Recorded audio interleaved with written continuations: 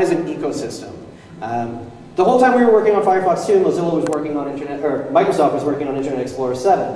And so it was a crucial part of our process to take a look at their preview releases and see what kind of reaction they were getting on the web and to understand what kind of things they were putting in there, because we understood that our design would live in an ecosystem where it was compared to Internet Explorer 7 on a regular basis.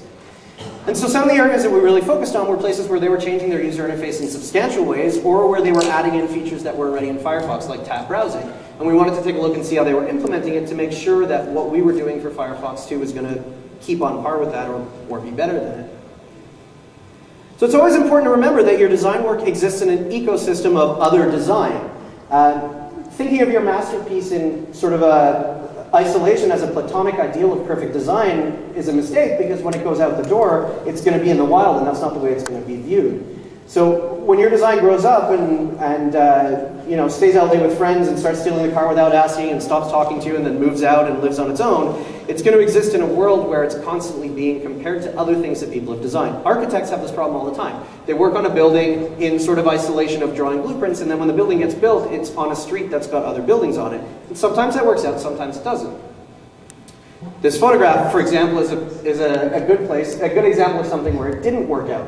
What you're looking at here is a train station just outside of Toronto in a town called Oakville. And the city of Oakville has grown considerably, and the train station keeps expanding. And so there are actually two parts to the train station. The part on the left is GO Transit. That's sort of a commuter rail system. And the part on the right is Via Rail, which is Canada's national railway. What happened here is the GO Transit station expanded, and the designers didn't take into account the fact that the Via Rail station was right next door to it. And when they got to that corner, they realized that the roof was too far over, and so they had to actually make a cutout in the roof of the GO Transit station to accommodate the corner of the roof of the Via Transit station. This is what design by committee looks like, if anybody is sort of familiar with that process. So the third lesson, design for the world. It's a small world out there. Firefox is used by people literally all over the world and has been translated into nearly 40 languages. And that's a really big thing to think about as a designer, because you probably don't speak 40 languages, and so the work that you're doing is going to get translated into a whole bunch of different places. The process of creating versions of a product for different markets is a combination of internationalization, which is things like different currency or date formats, measurement systems, and making sure that things like icons are culturally sensitive, and localization, which is the process of translating your actual text into different languages. And those two things are starting more and more to be referred to as globalization, although globalization has sort of its own negative connotations. But within the software world, it tends to refer to getting your software ready for the whole world. Save you a little bit of confusion in case you ever find yourself in an IRC channel with a whole bunch of Mozilla developers. Those two things are also referred to as I18N and L10N, and both of those together are G11N. And the numbers, obviously, are the number of letters that have come out of the beginning of N. I18N, or internationalization, sometimes gets really complicated. And one of those places where it gets really complicated, which we discovered partway through the process of doing the theme, was when somebody at Mozilla said to us, does the theme work in RTL mode? And we all said, what's RTL mode? So if you're wondering what RTL mode is, that might help you. And if that doesn't help you, that probably will. There are a couple of languages out there that read in the opposite direction that English does, right to left reading languages. And it's important that when the browser is running in those modes, and it only actually at this time supports it on Windows, it doesn't do it on Mac and on Linux, it's important that the browser be able to flip the user interface around and run in the opposite direction. And that gets really complicated when you start thinking about things like, for anybody in the crowd who's done any work on a Mozilla add-on or is familiar with doing web design using CSS, which are actually very similar skills, when you start doing things with your layout like margin left 10 pixels or padding right 10 pixels, what do left and right mean when the browser flips around and now left's on the other side? And so when you're actually doing theme design in Mozilla, you have to use words like start and end instead of left and right. So keeping in mind things like what's going to happen when your product gets out there in the world, and we'll come back to this iconic photograph of our little blue planet. Design's an ecosystem, but you have to remember it's a global ecosystem, and people are going to be using your websites, web apps, software all over the world in different languages, different cultures, and with different goals and objectives. And I think it's really important that you keep that in mind, especially when you're building for the web. You don't have control, and nor would you want to, over where people are using your software from. And so you can do some geolocating and internationalization based on that, but it's important to keep that in mind when you're doing your initial designs.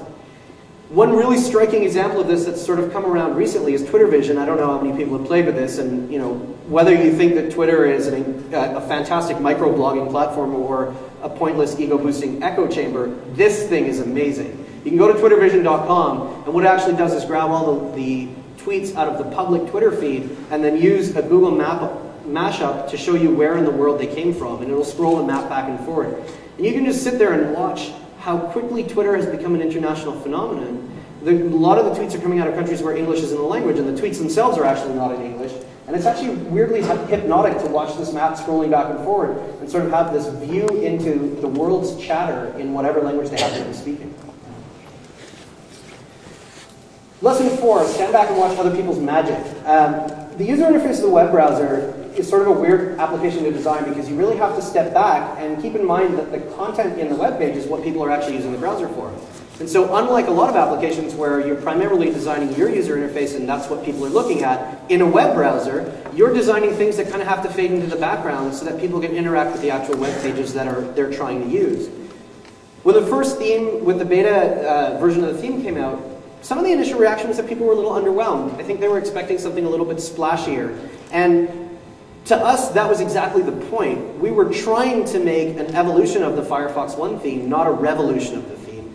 And it's really important that the browser interface should be in the background and only draw attention when it really needs to for things like security alerts.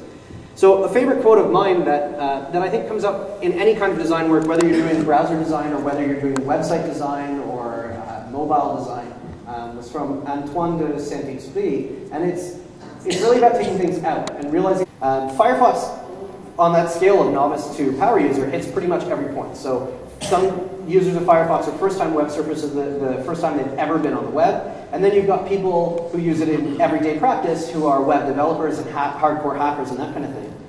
Part of the challenge as a user experience designer is to ensure that the features that we're putting in there for all different levels of users don't compete with each other. And a great example of that is wizards. Novice users love wizards because they walk them through problems that they find complex one step at a time. Likewise, power users hate wizards because they walk them through problems that they find simple one frustrating step at a time. So wizards are a great discoverability tool for novice users, but they really get in the way of power users who want to just jump in there and do things on their own. We did a bunch of stuff working with the UX team at Mozilla on putting some discoverability cues into Firefox 2 to really help people to understand that there are a lot of fantastic features in there. You may just not have known that they were there because the browser UI is actually quite complicated. And one of the places where we really worked on that was the search box. So this little thing is the search box from the top right corner of Firefox 2. It'll probably look familiar to anybody who's used it. It looks slightly different on Windows, but the same functionality is there. And that's how it looks in its normal state. Now, some of you may have noticed that you'll visit a website and the tiny little arrow indicator next to the Google icon starts glowing blue. And what we were really trying to do with that blue glow was to say, hey, there's more stuff here. It's a really subtle effect that was intentional. And when you click on the menu when you're on a site where it's glowing blue, you'll see something like this. So this is what it looks like if you're on the Radiant Core website. And you'll notice that we've got a search plugin available there. So you get an option that says the Add the Radiant Core blog search. And if you pick that, you'll now have a little Radiant Core logo in your search bar, and you can now do a direct search on the Radiant Core blog. Now there are probably hundreds of search plugins out there, and maybe even thousands. They're not even necessarily cataloged anywhere. This is that different people are passionate about different things, but it generally holds true that people who are passionate about one thing tend to be very passionate about other things as well. And so what we found out is that the users who are really passionate about Firefox 2 also tend to be really passionate about things like what operating system they're using. And so when you're doing the design of a web browser that runs on 3 operating systems, which are Windows, Mac, and Linux, and if you actually want to factor out Windows into XP and Vista, it runs on 4 operating systems, you're going to discover that there's a really big challenge. You have to design an interface that's going to look consistent across all those platforms. We want somebody who's using Firefox on a Mac to be able to sit down at Firefox on Windows and know exactly what they're doing, but we also want to look like we're a little bit platform native. And if you've ever done any desktop software design and your Mac version doesn't look like a Mac application, you probably know what I'm about to say, but Mac users will get really angry if you try to release software that doesn't look like a Mac application. And they'll kick and scream and fill forums up with angry messages saying, this isn't a Mac application. Well, what is a Mac application? So if you go and read Apple's Human Interface Guidelines, they're a fantastic document. Apple breaks them in almost every single application they ship. In fact, at one point we asked people to give us examples of applications that don't break them, and the only ones they could come up with were disk utility, and I can't remember the other one. It was So yeah, it was something around the system. So Apple hasn't been following them now for about 6 years. And that kind of gives precedence to other people saying, why should we follow this? And so, you know, keep that in mind that designing for different platforms is challenging. But I'm going to tell you a little story which really shows, I think, the passion of users. And I think it's kind of a funny story. So I call it the home icon debacle. I know Mike Belzer doesn't agree with me about the word debacle. But so anytime you're doing a design, in this case, a bunch of icons, there are something like 150 icons in Firefox. One icon caused a huge nightmare for us, and it was the home icon. So every other icon might have gone through 5 or 6 revisions. The home icon went through probably about 40 before we ended up where it is today. Let's take a bit of a closer look. So that's the home icon in its natural habitat. And I'm going to give you a quick history of the home icon as it went through the design iteration. So this was our first home icon. Cute little house, had a lawn, had some siding on it. And we decided that it was too complicated. Although it looked really nice, the details in there were a little bit overwhelming, and so we took out a bunch of the details and we ended up here. And that was a good start, but then we noticed that the perspective on this icon was wrong. So all of the other icons in the set are pretty much front on. This one kind of had a top-down perspective, and so we changed the perspective. So then we ended up here. And that was good and all, but the perspective still didn't match the rest of the set. And okay, so let's give it another try. So now we're here. And the lawn came back here, and everybody kind of liked the lawn, but still too complicated. Perspective still wasn't quite right, so we went here. Okay, so now we're making some progress. You might also notice that at this point, we've switched from a clean-looking vector to pixels. But actually, this is a vector. So when you're doing icon design, it's really important that the icons look clean. And so that is actually done in Adobe Illustrator in 1 pixel by 1 pixel size squares, so that the entire icon is actually a vector-based drawing. We could scale that up to the size of a building, so you can have a life-size home icon if you wanted to. And we can also scale it right down to be an 8 pixel by 8 pixel icon without losing any detail. And that's the level of attention that we pay to carefully crafting those icons. So we weren't done yet, though, because it was decided that we didn't like the color red, and so we switched to a blue door. And the blue door was actually quite popular, and if any of you played with Firefox 2 betas, that's what shipped in the beta. And after the beta came out, we got a bug opened in Bugzilla. And I'm going to come back to this bug in a second, because that's really what talks about the passionate users. But the bug was that the home icon needed more color, because it didn't stand out enough from the background. And we agreed with that. And so we gave it one more tweak. And that was the last week. And that's what the home icon actually looks like today. It's affectionate. Somebody actually took a screenshot of this and blew it up to figure out if the handle was in the right place or not. And that's not the only time during the theme that people did that. We were getting comments from people that the shadows were wrong on icons. And that is real passion. These users cared so much about this product that they were completely wasting their time, or spending their time well, depending on your perspective, blowing up icons to see if we got the details right. But I'm thankful that those people are out there, because they really helped us to make this a much more polished interface. Now, we didn't move the door handle. It's still in the middle of the door. And we sanity checked before we started this conversation. All the door handles on the doors in the back of the room are in the vertical middle of the door. So, you know, not all doors. But I think it's something that really sort of, it illustrates that people really care about your product. They're going to help you make it better. And that's really important. What it stands for? Cipher is a mechanism that allows you to, using CSS and JavaScript and Flash, replace text on your page with a Flash movie that will render that same text in whatever font you'd like it in. It's not to be used for body copy, because it slows down the browser a whole bunch. But if you want titles on your website to be in your favorite font, which I hope isn't Comic Sans, but if you wanted it in Comic Sans, you could embed Cipher on your website, and it would render your titles in Comic Sans, even if you're pulling them dynamically out of a database. So it's the answer to the problem. Our client wants titles in a specific font, but we don't want to have to go and make images for every single one of those titles. And it'll work on dynamic content. It's perfectly standard accessible. Standard compliant, thank you. It actually preserves the text in the page, so if you have a search engine come along and crawl it, your text is still part of your HTML. So it's actually a great solution. It's a real pain in the ass to get the display of the font correct if you're on multiple lines. They're working on that for Cipher 3. But if you want to check it out, you can just Google Cipher, which is S-I-F-R, and you'll find all kinds of documentation and examples about it. Fancy animation controls and stuff like that are better done in Flash. Things like edit forms and that kind of thing are better done in HTML. Was that sort of basically... Yeah, I mean, I sort of agree with that statement, but at the same time, The truth is that there are JavaScript libraries out there that make, and CSS libraries out there that make doing this stuff in what used to be called DHTML and is now sort of the magic word Ajax, which is kind of evenly applied to everything. The truth is that there are libraries out there that make that stuff really easy, and they're already cross-platform tested, and they work in all the browsers. And so I would still say don't do them in Flash. Do them in Ajax and use one of the libraries that are out there. And there are some great libraries. I mean, we're big fans of the Yahoo user interface library because it's really well documented and it's open and all the stuff is up there. But I mean, you can use any. What's your favorite Ajax library? I don't know. I've been using Prototype for a while, so and I switch back and forth. Motion is pretty cool. I would still say do them in HTML. That's what they're, I mean, yeah, you get into all kinds of accessibility concerns when you do them into Flash. There's no accessibility allowance for people who aren't visual or who don't use a mouse or who do that kind of stuff. And you can build that in if you're doing them in Ajax, and you can't really build them in if you're doing them in Flash. And if you want to know more about accessibility, joeclark.org is a great spot to start. Chris? What do you guess that's probably everybody in the room, except for Chris and the Mozilla guys. Zool, which is XUL, is the language that Mozilla uses to build Firefox and the rest of their products in. And it is, in fact, a Ghostbusters reference, if anybody was wondering. Zool is extensible user language. Is that correct? XML user interface language. XML, no, so it wasn't correct at all. XML user interface language. Language is right.